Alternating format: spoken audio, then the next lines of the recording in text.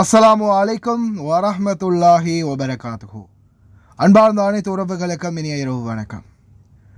800 dinar கொடுத்தே ஆகணும், இதுக்கு முன்னாடி 700 தினார் கொடுக்கணும் அப்படின்னு சொன்ன அதிகாரிகள் பாபா மறுபடியும் அடுத்த நாள் கூட்டிகிட்டு போய் பிரச்சனை பண்ண உடனே நீ 800 தினார் கொடு, விஷயத்தை முடிச்சு நாட்டுக்கு அனுப்பு அப்படின்னு கெத்தா மெயின்டைன் பண்ணின ஒரு சம்பவம். நிராஞ்சலா அப்படின்ன கூடிய இந்த சகோதரி தான் அவங்களுடைய ஃபோட்டோவையும் போட்டே இதை தெரியப்படுத்துங்க அப்படின்னு சொன்னது. ஆனால் குவைத்தி மாமாக்கே ட்விஸ்ட்டு கொடுத்தது அந்த சகோதரி. இந்த சம்பவத்தை தெளிவாக சொல்கிறேன் கேளுங்க. இவங்க கிட்டத்தட்ட ஒரே வீட்டில் 7 வருஷமாக வேலை பார்த்துருக்காங்க. மோர் தென் 7 இயர்ஸ், 7 வருடமாக வேலை பார்த்துருக்குறாங்க. இந்த சகோதரி எவ்வளோக்கு தெரியுமா வந்திருக்காங்க எக்ரிமெண்ட்டுக்கு? 100 தினாருக்கு. ஆனால் கடைசியாக 100 தினாருக்கு வந்ததுக்கப்புறமா 110, 120, கடைசியில் 130 தினார் வரைக்கும் சம்பளம் எடுத்திருக்கிறாங்க. இவங்க கடைசியாக போனஸ் அப்படின்ற ஒன்றை இப்போ இந்த 7வது வருடத்தில் கடைசியில் நாட்டுக்கு போகிறதுக்கு தயாராகும்போது பாபா கிட்ட கேட்கும்போது பாபா சொல்கிறாங்க, இல்லை அப்படியெல்லாம் ஒன்றும் இல்லை, அப்படியெல்லாம் கொடுக்குறதுக்கு எதுவுமே இல்லை அப்படின்னு. மாமாவும் அதையே சொல்கிறாங்க. அப்போது எங்களுடைய எம்பசியில், எங்களுடைய தூதரகத்தில் எங்களுக்கு இதை பற்றி தெரிய தந்திருக்கிறாங்க. நான் இதை எம்பசிக்கு தெரியப்படுத்தி ஆகணும், ஏன்னா போகும்போது கட்டாயம் எடுத்துகிட்டு போங்க அப்படின்றத சொல்லியிருக்காங்க. நீ எங்கே வேணாலும் சொல்லிக்கோ, நோ ப்ராப்ளம் அப்படின்னு சொல்லியிருக்காங்க. சரி, இவங்களே சொல்லிட்டாங்கல்ல, அப்புறம் எம்பசிக்கு அப்டேட் பண்ணிட்டாங்க இந்த சகோதரி. தூதரகத்தால் உடனே அமால மன்சிலியாக்கு இதை இன்ஃபார்ம் பண்ணிட்டாங்க. கஃபீல் என்ன பண்ணியிருக்கிறாரு, சரி நீ இப்போ இன்னும் ஒரு 2 வருஷம் இருந்து வேலை செய்வியா அப்படின்னு கேட்க, சரி ஓகே அதெல்லாம் பிரச்சனை இல்லை, நான் வேலை செய்கிறேன், ஆனால் எனக்கு கிடைக்க வேண்டியது நீங்கள் தரணும் அப்படின்னு சொல்லும்போது சரி பார்த்துக்கலாம் அப்படின்னு சொல்லிவிட்டு இப்போ இவங்க கம்ப்ளைண்ட் பண்ணி ஒரு வாரம் 1 வீக், அதுக்கப்புறமா அந்த ஒரு வாரம் கழித்து கஃபீல் என்ன செய்கிறாரு, இவங்களுக்காக மறுபடியும் பத்தாக்கா அடிக்கிறதுக்காக போகிறாரு. அதாவது இவங்களுடைய பத்தாக்கா மதினியாவை செய்கிறதுக்காக போகிறாரு. போன கஃபீலுக்கு காத்திருந்தது ஷாக். பத்தாக்கா அடிக்கிறதுக்காக போனால் கடைசியில் கஃபீலுக்கு பத்தாக்கா செய்ய முடியலை. ஏன், என்ன காரணம் அப்படின்னு பார்க்கும்போது கஃபீல் மறுபடியும் வீட்டுக்கு சொல்லியிருக்கிறாரு, நீ ஏதாவது கேஸ் போட்டியா அப்படின்ற மாதிரி கஃபீல் இந்த சகோதரிகிட்ட கேட்குறாரு. கஃபீல் கேட்கும்போது இவங்க சொல்கிறாங்க, ஆமாம் நான் எங்களுடைய தூதரகத்துக்கு அறிவிச்சிருக்கிறேன், இந்த மாதிரி பிரச்சனை இருக்குன்னு தூதரகத்துக்கு நான் அறிவித்தேன். இப்படி என்னுடைய கஃபீல் இல்லை தரமாட்டோம் அப்படின்னு சொன்னாருன்றதை நான் எங்களுடைய தூதரகத்துக்கு அறிவித்தேன் அப்படின்னு சொல்லும்போது உடனே அந்த கஃபீலுக்கிட்ட பேசியிருக்கிறாங்க தூதரகத்தால். தூதரகத்தில் கேட்குறாங்க, என்ன பிரச்சனை, ஏனுது என்ன ஆச்சு அப்படின்னு கேட்கும்போது கஃபீலுக்கு உடனே அவங்க கொடுத்த பதில் தான், நீங்கள் அவங்களுக்கு போனஸ் கொடுக்கணும், நீங்கள் கேட்கும்போது இல்லைன்னு சொல்லிட்டீங்க, அதால் நாங்கள் அமால மன்சிலியாவுக்கு இதை போட்டுட்டோம், அமால மன்சிலியாவுக்கு நீங்கள் போய் இந்த சம்மந்தமான பிரச்சனையை பேசிக்கொள்ளலாம் அப்படின்னு. உடனே என்ன செய்கிறாரு, அடுத்த நாள் கஃபீல் இந்த சகோதரியை கூட்டிகிட்டு அமால மன்சிலியாவுக்கு போகிறாரு. அங்கே போய் செக் பண்ணி பார்க்கும்போது அமால மன்சிலியாவில் எம்பசியால் போட்ட கேஸ் இருக்குது, இந்த கேஸை கிளியர் பண்ணணும் அப்படின்னு சொல்லும்போது 7 வருஷம் வேலை பார்த்துருக்குறாங்க. இது அடுத்தது இது 7 வருஷம் கம்ப்ளீட் பண்ணி இது 8வது வருஷம் ரன்னிங்கில் இருக்குது, அதுவும் முடிய போகுது. அப்போது முதலாவது 7 வருஷத்துக்கு நீ 100 தினார் மேனிக்கு 700 தினார் பணம் கொடு அப்படின்னு கஃபீலுக்கு சொல்லியிருக்காங்க. அதெல்லாம் கொடுக்க முடியாது அப்படின்ட்டு கஃபீல் இவங்களையும் கூட்டிகிட்டு மறுபடியும் வீட்டுக்கு வந்துட்டார். நான் உனக்கு டிக்கெட் போட்டு தரேன், நாட்டுக்கு போ அப்படின்னு சொல்லியிருக்காரு. அதுக்கப்புறமா இவங்களால் இன்னொரு ஹவுஸ்மேட்டை கூட இனிமேல் எடுக்க முடியாது, அமால மன்சிலியாவோட நீங்கள் பகைச்சதால் இன்னொரு ஹவுஸ்மேட் கூட எடுக்க முடியாது அப்படின்னு மறுபடியும் செகல் மூலமாக மெசேஜ் அனுப்பியிருக்காங்க அமால மன்சிலியா. பதறி போன கஃபீல் இவங்களை கூட்டிகிட்டு மறுபடியும் போகிறாரு. போயிட்டு பேசினவனு நேரத்தோட 7 வருஷம் இருந்ததில்லை, இப்போது அந்த 8 வருஷமும் கம்ப்ளீட் ஆகிட்டு, அதாவது 8 வருஷம் கம்ப்ளீட் ஆகிறதுக்கு இன்னும் 2 நாளோ 3 நாள் தான் இருந்திருக்குது. அந்த சந்தர்ப்பத்தில் இவங்க போகும்போது தான் சரி 8 வருஷம் கம்ப்ளீட் ஆக இன்னும் 2-3 நாள் இருக்குது அப்படின்றதால 7 வருஷத்துக்கு கொடுக்க சொன்னது. மறுபடியும் கபில் திருப்பி கூட்டிகிட்டு போகும்போது 8 வருஷம் கம்ப்ளீட் ஆகிடுச்சு. மறுபடியும் கபில் போய் ஓகே நான் ஏதாவது பண்ணுறேன் அப்படின்னு சொல்லும்போது 800 தினார் கூட 8 வருஷம் முடிஞ்சிருச்சு, 800 தினார் இனிமேல் கொடுத்தா தான் கேஸை ரிலீஸ் பண்ணுவோம் அப்படின்னு அமாலா மன்சிலி எவ்வளோ சொல்லியிருக்காங்க. மாஷா அல்லாஹ் தபாரக் ரஹ்மான் வேறு லெவலில் கெத்து காட்டிட்டாங்க அமாலா மன்சிலியா. அதுக்கப்புறமா இந்த சகோதரியை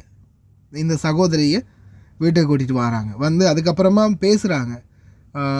800 தினார் உண்மைக்குமே எங்களால் கொடுக்க முடியாது, இந்த பணம் வந்து ரொம்ப அதிகம், நீ ஏதாவது பார்த்து கொஞ்சம் பண்ணு, நீ வந்து எங்களால் வந்து ஒரு 2 மாதம் நாங்கள் வந்து 130 தினார் மேனிக்கு ஒரு 260 தினார் கொடுக்குறோம் அப்படின்னு இவங்களே வலிக்கு வராங்க, இவங்களே சொல்கிறாங்க. அந்த சகோதரி எனக்கு கால் பண்ணி பேசினாங்க. அந்த சகோதரி சொல்கிறாங்க, நல்லா கேட்டுக்கோங்க நண்பர்களே, அந்த சகோதரிக்கு வந்து கிட்டத்தட்ட 1000 தினார் வரைக்கும் செலவு பண்ணியிருக்காங்களாம் இவங்களுக்கு ஒரு தடவை கால் வலியும் உடம்பு வலியும் வந்ததுக்கு. நடக்க முடியாத சூழலில் இருந்திருக்கிறாங்க. கிட்டத்தட்ட 1000 தினார் செலவு பண்ணி ஃபுல் ஸ்கேன் பண்ணி காலுக்கு போடுற 75 தினாரில் செப்பல் வாங்கி கொடுத்து, இடுப்புக்குரிய பெல்ட்டு 280 தினாருக்கு பெல்ட்டு வாங்கி கொடுத்து, உடம்புக்கு அந்த பெல்ட் மாதிரி ஒன்று போடுறதுக்காக வலிக்குன்னு வாங்கி கொடுத்து, ஒரு மாதம் அந்த உடம்பை ஃபிசிக்கல் பண்ணி அந்த என்ன சொல்லுவாங்க அதுக்கு ஃபிசியோதெரபிஸ்ட் அது மாதிரி அதுக்கு அப்ளை பண்ணி அவங்களுக்கு இந்த மாதிரி நிறைய ஹெல்ப்புகள். அதே மாதிரி சாப்பாடு விஷயத்தில், ஆடை விஷயத்தில், எல்லாத்துலேயுமே வந்து ஜெனுவினாக நடந்திருக்கிறாங்க. இவ்வளோவெல்லாம் பண்ணியிருக்கிறாங்க. ஏம்மா நீ இவ்வளோவெல்லாம் பண்ணின வீட்டிலே அம்மா போனஸை கேட்டு வேறு எம்பசிக்கு போனேன் அப்படின்னு நான் மனசுக்குள்ளே நினச்சிக்கிட்டேன். அவங்க வீட்டில் குப்பு சொன்ன எடுத்ததுக்கே அடித்தாங்க. இந்த மாதிரியான வீடுகளில் தான் நாம் எப்படியாவது இந்த போனஸையாவது வாங்கி கொடுக்கணும்னு முயற்சி பண்ணுறோம். இவங்க என்னடானா உடனே அந்த வீட்டு பிள்ளையே மாதிரி பார்த்துருக்காங்க, எல்லா செலவும் பண்ணியிருக்காங்க. சரி, இருந்தாலும் கேட்க வேண்டியது கடமை இல்லையா? கடமை தான். அதுக்காக அந்த பைத்தியக்காரன் அமீர் கான் சொன்ன மாதிரி போய் பிச்சை எடுக்க முடியுமா, அவன் பொண்டாட்டி பிச்சை எடுத்த மாதிரி? அதனால் அல்ஹம்துலில்லான்னு கடைசியாக இந்த சகோதரி என்கிட்ட கேட்குறாங்க, சகோதரன் 2 மாதம் தரேன்னு சொல்கிறாங்க. எனக்கு அதுவும் கூட எடுக்க விருப்பம் இல்லை தான், ஆனாலும் இது நம்மளுக்குரிய உரிமைன்றதை அவங்களுக்கு பாடம் படிப்பிக்கணும். ஏன்னா இன்னொரு தொழிலாளர் வரும்போது அதை அவங்க கொடுக்கணும் அப்படின்றது அவங்களுக்கு ஞாபகத்தில் இருக்கணும். நம்ம இதை சரியாக செஞ்சு வச்சுட்டு போனோம்னா தான் இன்னொரு தொழிலாளர் வந்தாலும் இந்த இடத்துல அவங்களுக்கு தங்குதடை இல்லாமல் கிடைக்கும் அப்படின்ற அவங்க நல்ல மனசுக்கு உண்மைக்குமே அவங்கள பாராட்டியே ஆகணும். அந்த சகோதரி சொன்னாங்க. சொன்னதுக்கு அப்புறமா ஓகே சிஸ்டர் உங்களுடைய விருப்பம் எப்படியோ அப்படி செய்யுங்கம்மா அப்படின்னு சொன்னதுக்கப்புறமா கடைசியாக அவங்களும் கூட அமல மன்சிலியாக போய் ஓகே நோ ப்ராப்ளம், நான் வந்து கஃபீல் வந்து எனக்கு 260 தினார் கொடுக்குறேன்னு சொல்கிறாரு, அதை மட்டும் நான் வாங்கிக்கிறேன், எனக்கு போதும் அப்படின்னு சொல்லி உன்னை பயமுறுத்தினாங்களா? பயப்பட வேணாம், நீ இங்கேயே இருக்கலாம், இப்போயே போய் உன் வீட்டில் இருக்கிற எல்லா சாமானையும் நாங்கள் போலீஸோடு போய் எடுத்துகிட்டு வரலாம், உனக்கு யாருமே மிரட்ட முடியாது, பயமுறுத்த முடியாது, உனக்கு கிடைக்க வேண்டிய காசு உனக்கு கிடைச்சே ஆகணும், உண்மையை சொல்லு, உனக்கு பயமுறுத்தினாங்களா இல்லை பலவந்தமாக வாங்கினாங்களா, பயப்பட வேணாம் அப்படின்னு அதிகாரிகள் சொல்லும்போது இல்லை அப்படியெல்லாம் ஒன்றும் இல்லை, உண்மைக்குமே இது எனக்கு கிடைக்க வேண்டிய காசில் நான் வந்து எனக்கு இவ்வளவு போதும் அப்படின்னு நானே முடிவு பண்ணிவிட்டேன். பாபா மாமா எனக்கு நிறைய செஞ்சுருக்கிறாங்க, அவங்களே நான் தப்பு சொல்ல மாட்டேன், அவங்க எனக்கு நிறைய உதவி பண்ணியிருக்காங்க அப்படின்னு சொல்லி நல்லதையும் சொல்லிவிட்டு அதுக்கப்புறமா இன்றைக்கி இதை கேன்சல் பண்ணிவிட்டு அதுக்கப்புறமா அல்ஹம்துலில்லாஹ் அந்த பணத்தையும் வாங்கி எடுத்துகிட்டு நாட்டுக்கு பில்லும் போட்டுட்டு டிக்கெட்டெல்லாம் போட்டிருக்கிறாங்க. அக்கா மாமா மறுபடியும் செய்ய சொன்னேன், இன்னும் 2 வருஷம் வேலை செய்கிறேன் அப்படின்னு சொல்லியிருக்காங்க. உண்மையிலே அந்த பாபா மாமாக்கு அல்லாஹ் பரக்கத்தை கொடுக்கணும். உண்மையிலே பாருங்கள் மக்களே, இதுதான் நிலைமை. முயற்சி செய்யணும். அதே மாதிரி சில இடங்களில் நம்ம முயற்சி செஞ்சால் நம்மளுக்கு வாய்ப்பு இருக்குது. இப்போ ரீசெண்டாக கூட நான் வீடியோ போட்டிருப்பேன். தயவு செய்து எல்லாருமே முயற்சி பண்ணுங்கள், இன்ஷா அல்லாஹ் நிச்சயமாக நம்மளுக்கும் வெற்றி கிடைக்கும். அந்த சகோதரியுடைய சிங்கள கட் வாய்ஸ் இருக்குது, தெரிஞ்சவங்க கேளுங்க, இல்லைன்னா ஸ்கிப் பண்ணிக்கோங்க. அஸ்ஸலாமு அலைக்கும். හෙලෝ අයියේ සල්පාන අයියේ කොහොමද වාට ඔයාලා හොඳින්ද? ඉතින් මේ අහන්නකෝ මං අද ගියානේ මේ වෙකට අමාල බන්සලියට ගිහිල්ලා මගේ අවුරුදු 2 පඩිය මාස 2ක පඩිය මට හම්බුණා 260ක් හරිද? හැබැයි ඉතින් මේ හැම දෙයකටම ඔයාගේ සහයෝගය තමයි තිබුණේ. ඔයා තමයි මට ඒකට උදව් කරේ හරිද? ඒ වගේම මේ අපේ තානාපති කාර්යාලයේ සර් මිස් මේ හැමෝම උදව් කරා. එයාලට ලියුම් දාලා එයාලා ඔක්කොම හැදුවා. ඔයා තමයි මට ෆෝන් නම්බර් හිටන් හොයලා දුන්නේ කතා කරන්න මේ සර්ලට මෙහෙමයි කියලා. ඉතින් මගේ මාස 2 පඩිය හම්බුණා. අද මම ඒක ලංකාවට දැම්මා. දාලා දාවා. තව දවස් 4-5ක් ඇතුළත මම ගමරට බලා යනවා. ඉතින් බොහොම ස්තුතියි ඒක හම්බුණාට. ඒ දේවල් කරගන්න සහාය දැක්කෝ මේ තානාපති කාර්යාලයටත් ඒ වගේම ඔයාටත් කමල් අයියට, තට්ටේ අයියට, ඉතින් නිලන්ත අයියට, තව අර අයියා කෙනෙක් ඉන්නවා මට එයාගේ නම නම් මතක නැහැ. ඒ අපේ මුස්ලිම් සහෝදරයාට. ඉතින් ගොඩක් ස්තුතියි. මම මේ දේවල් කරගන්න ඔයාලගේ වීඩියෝ බලලා තමයි මේව කරගත්තේ. ඉතින් ඒ ගැන ඇත්තටම මට එහෙම සතුටුයි. ගොඩක් අය කියනවා එහෙම දෙයක් නැහැ මෙහෙමයි කියලා. පරිපෝෂිත දීමනාවක් දෙන්නේ නැහැ කියලා. ඉතින් එහෙම දීමනාවක් තියෙනවා. එහෙම දීමනාවක් දෙනවා කියන එක මම ඔය කරන් දැම්මේ මම කුවේට් එකේ ඉන්නේ. මගේ නම නිරංජලා. මම පුත්තලම. ඉතින් මේ දේ කරගත්තේ ඔයාගේ සහයෝගය, හැපි හැමෝගෙම සහයෝගය ලැබුණ හින්දා ඔයාලගේ උපදෙස් අරගෙන ඔයාලගේ කතා අපි හැමදාම බලලා මේ දේවල් කරගත්තේ. ඉතින් බොහොම ස්තුතියි ඔයාටත්. මම කියන්නේ තව ඉන්න අයටත් මේ මෙහෙම දෙයක් තියෙනවා. අපි අපේ තානාධිපති කාර්යාලයට මෙසේජ් කරලා මේවා කරලා එයාලට අපි ගමන් බලපත්‍රයේ ෆොටෝ කොපි දාලා එහෙම විස්තර දීලා අපි ලියුම් ලියලා ඒ මිස්ලා අපිට ගොඩක් සේවයක් කරනවා. ඊට පස්සේ එතනින් අපි මේ හාම්පුතාට එන්න කියලා කෙටි පණිවිඩයක් ෆෝන් එකට එවලා තමයි මේ අපි එතෙන්ට ගියේ. එහෙම ගිහිල්ලා තමයි ඉතින් කිව්වේ දෙනවා කියලා. ඉතින් ඒක ලබා දුන්නා මේ පෙරකදෝරු මහත්තයෙක් ඉස්සරහා ලියුම ලියලා අපේ රටේ තානාධිපති කාර්යාලයේ මේ ඉර්ෆාන් කියන සර් කෙනෙක් ඉන්නවා. ඒ සර් තමයි ගොඩක් කැපවීමෙන් කරන්නේ. ඉතින් අපි වෙනුවෙන් ගොඩක් දේවල් ඒ සර් කරනවා එතන.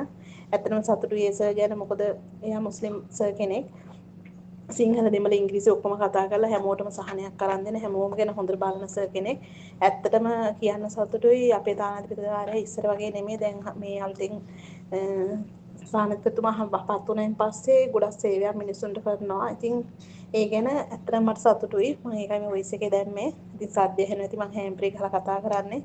වැඩි සිංහල පාවිච්චි කරන්නත් බෑ. ඉතින් ඉංග්‍රීසි පාවිච්චි කරන්නත් බෑ. ඉතින් අර එහෙම හොඳ නෑ. ඒක නිසා මම එහෙනම් උත්සාහයි දේ පිහිටයි අල්ලා දේ පිහිටයි අයියේ තියන්න.